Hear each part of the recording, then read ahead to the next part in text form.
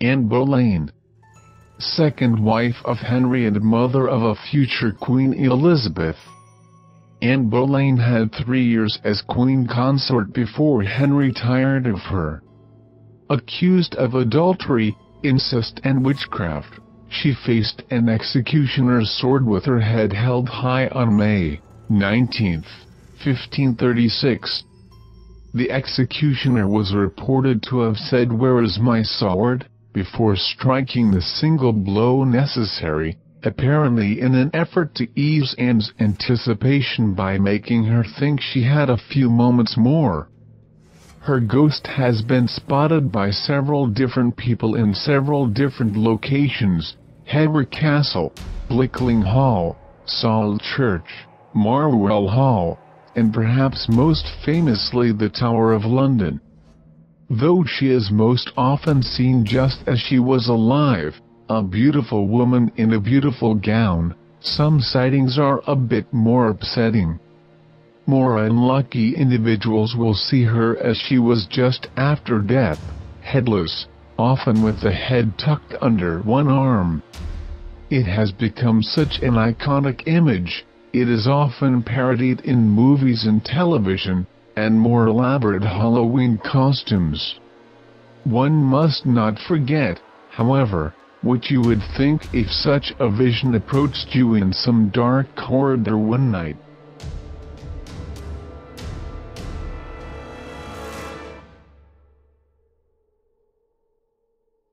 Roman Senator Pliny the Younger, who died in AD 113, told a ghost tale, so haunting that it survives to this day.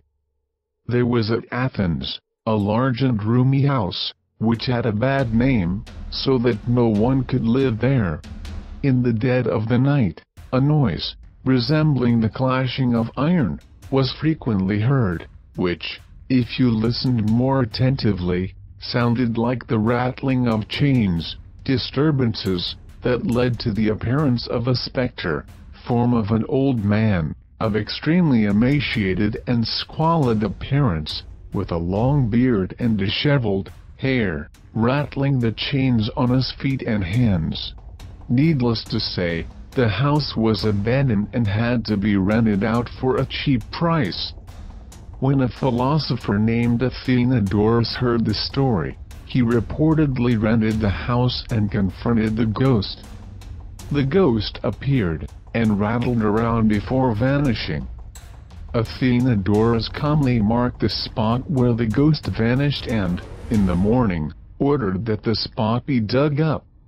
This was accordingly done, and the skeleton of a man in chains was found there, for the body, having lain a considerable time in the ground, was putrefied and mouldered away from the chains. After being given a proper burial, the ghost departed, and the house was haunted no more, according to Pliny's tale.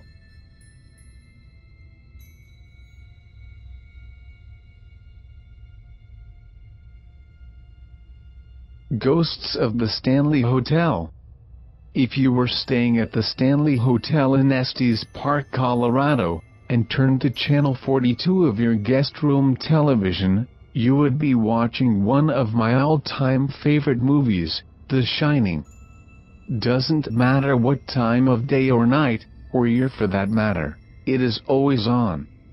That's not supernatural, of course, merely a nod to their role as the inspiration for Stephen King's novel.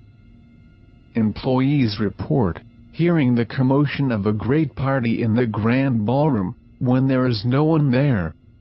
Children can be heard playing in the halls when there are no children at all, and many guests have reported seeing ghostly figures in their rooms at night, merely standing, watching.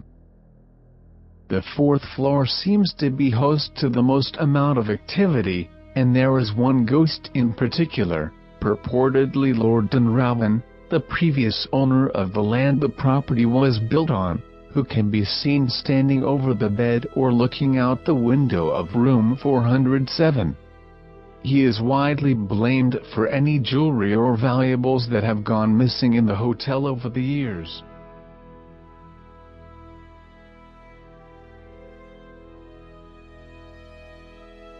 Kate Morgan Hotel del Coronado.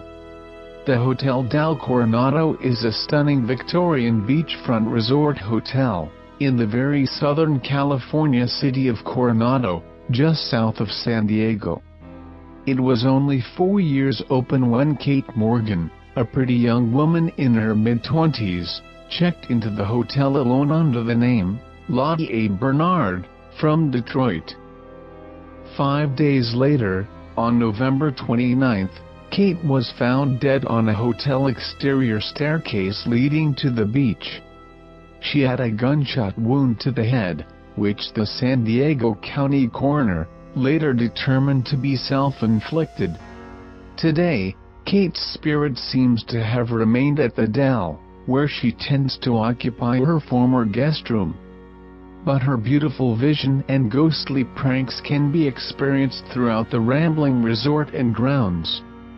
As described in the hotel published book, Beautiful Stranger, The Ghost of Kate Morgan and the Hotel del Coronado, Kate is a relatively harmless ghost. She generally limits her activity to fleeting appearances and inexplicable antics. From that point on, strange phenomena have been reported at the hotel: strange noises, lights flickering on and off, television set that turns on and off by itself, and even the occasional ghostly woman in Victorian garb wandering the halls.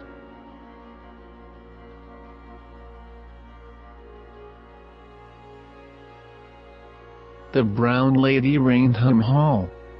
Rainham Hall in Norfolk, England, is home to the subject of one of the most famous ghost photos ever captured. The Brown Lady is named so because she appears in a rich brocade brown dress.